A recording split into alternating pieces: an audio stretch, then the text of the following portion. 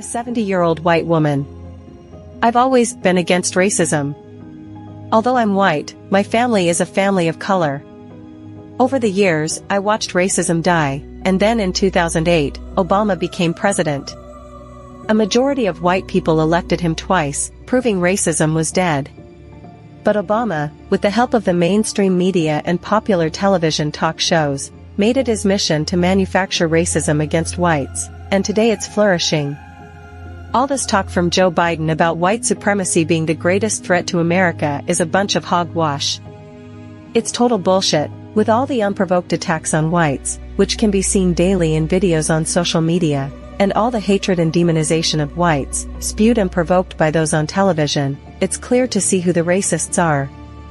White school children have become targets, some even being beaten to death. This is a slap in the face to my stand against racism, which has been reversed and directed at whites. It's thoroughly disgusting and pure evil. In 2 Thessalonians 2 verse 11, God said in the last days, He would send a great delusion on those who reject Jesus Christ, so they would believe the lies of the Antichrist. This prophecy has now been fulfilled.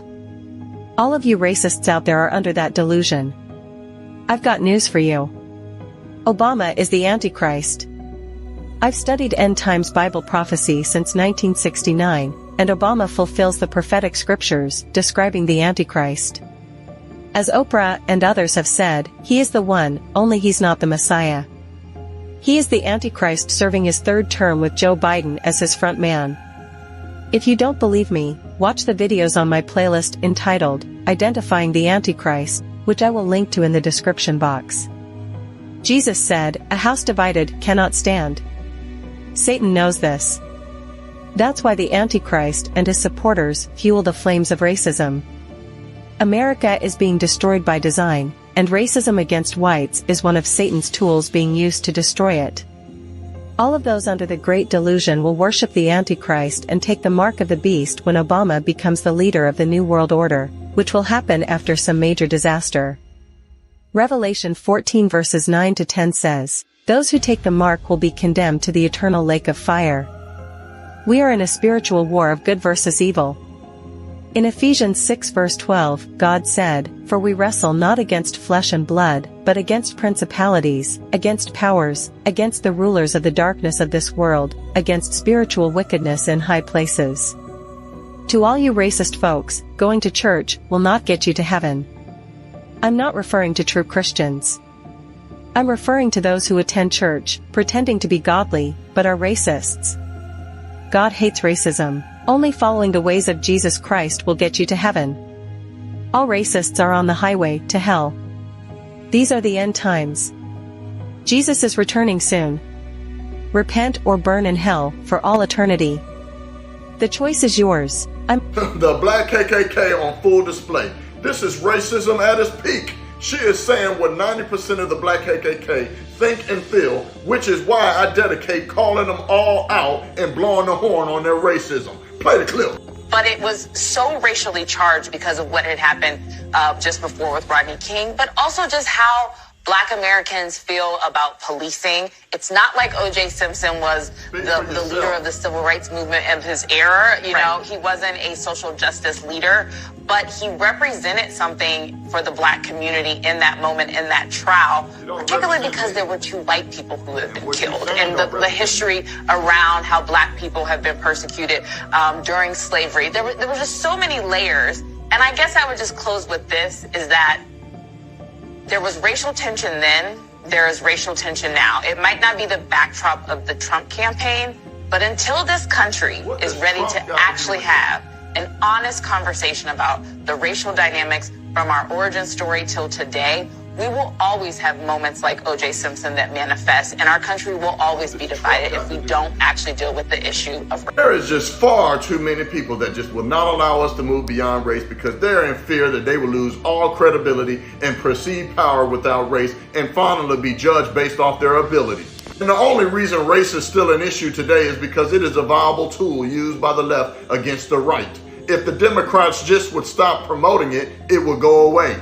O.J. Simpson, who definitely didn't murder his ex-wife and her friend. Despite his blood being found at the scene, his ex-wife's blood on O.J.'s socks, and both victims' blood in his car, despite him fleeing from the police with a fake beard and mustache, a passport, and almost $10,000 in cash, died yesterday after a long battle with cancer. And there was a delectable Freudian slip from CNN's Stephanie Lamb, who suggested O.J.'s acquittal was a form of restorative justice in the context of the race riots of the 90s. Because of that unrest, that racial unrest in the 90s, that is why so many people were just happy to see that someone who was rich and famous and black could get away with it. Get away with it? Yeah, you can say that again. One of the jurors involved in acquitting O.J. Simpson literally admitted... Do you think that they're members of the jury that voted to acquit O.J. because of Rodney King? Yes. That was payback? Uh-huh. You think that's right? Not much has changed, has it? 90% of the jury voted not guilty as payback. Now, O.J. Simpson was not somebody who lived in South Central. He didn't live in Compton. He lived in Brentwood, a very white, a very wealthy, a very privileged area. He never related with the black community at all, but because of his ancestry, and because of what just happened a few years earlier to Rodney King, they saw this as payback. And she doesn't seem to mind. We, the jury, in the above entitled action, find the defendant Orenthal James Simpson not guilty of the...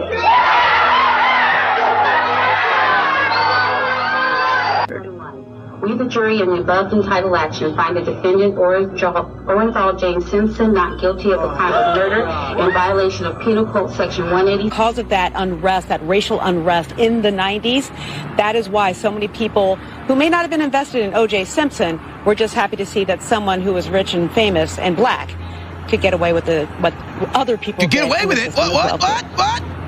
Stephanie Elam, thanks so much. They were happy because a rich black man could get away with murdering white people? I'm sorry.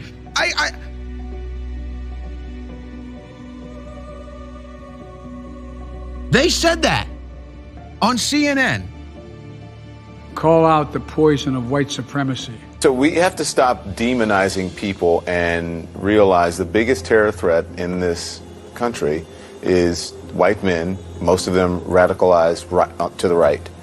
And we have to start doing something about them. According to the United States intelligence community, domestic terrorism from white supremacists is the most lethal terrorist threat in the homeland.